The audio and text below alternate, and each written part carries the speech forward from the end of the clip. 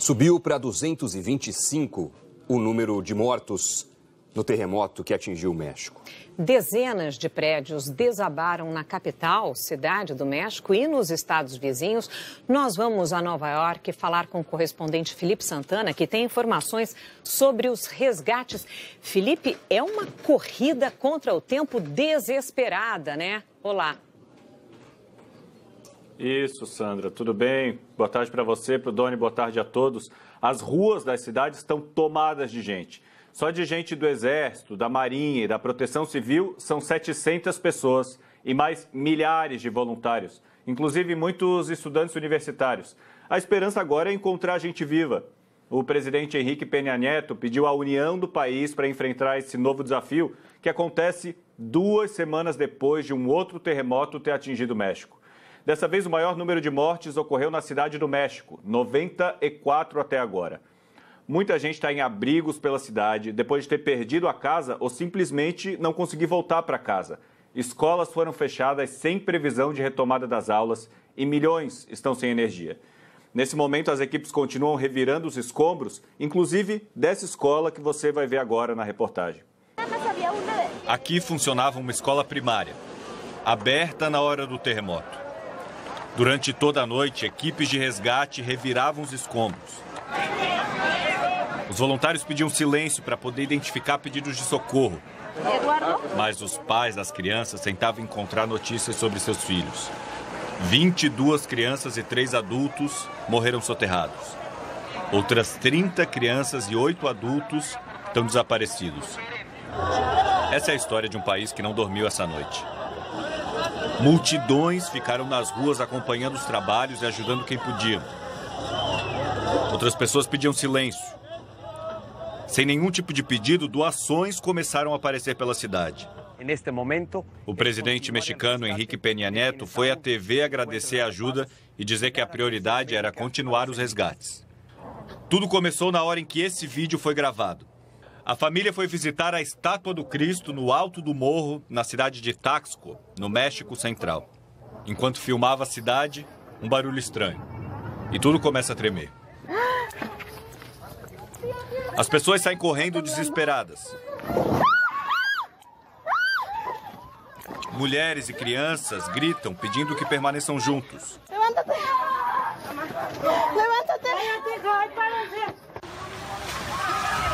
No mesmo momento, a fachada desse prédio vem abaixo na cidade do México. Um outro prédio inteiro. Essa explosão foi motivada por gás, segundo um morador. 44 prédios vieram abaixo e a cidade virou um caos. Tomada por multidões que saíram às ruas para ajudar. E dos escombros se ouvia um grito de socorro. As equipes de resgate conseguem identificar uma mulher lá embaixo. E ela é tirada dali com vida. Aqui as marretadas são para quebrar o que está por cima. E conseguem resgatar um cachorro. A cidade parou. As ruas tomadas por pessoas. Muitas vistas carregando malas, procurando um lugar seguro.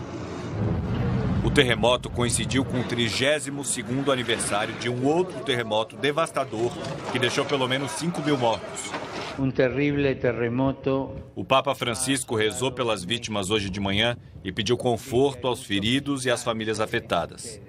Mas hoje de manhã a polícia tenta conter as pessoas com cordões de isolamento. E as buscas continuam por entre escombros, onde ainda há muitos desaparecidos. Segundo o Itamaraty, não há nenhum brasileiro entre as vítimas. São 14.000 morando no México. A nossa produção entrou em contato com alguns e eles nos fizeram relatos do drama que estão vivendo. Ontem eu fiquei até 1h da manhã no centro da cidade, junto com outros milhares de voluntários.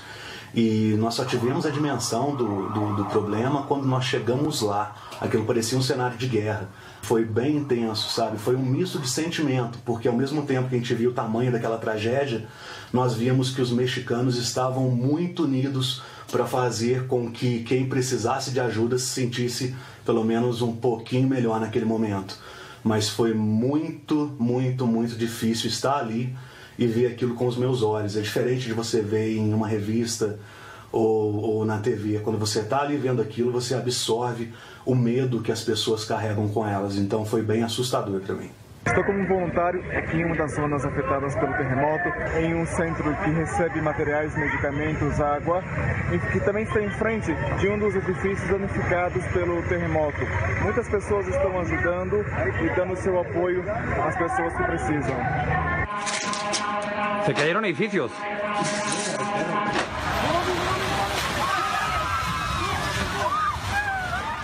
Eu moro aqui na Cidade do México, vamos completar aqui minha família já há 5 anos agora em janeiro, né?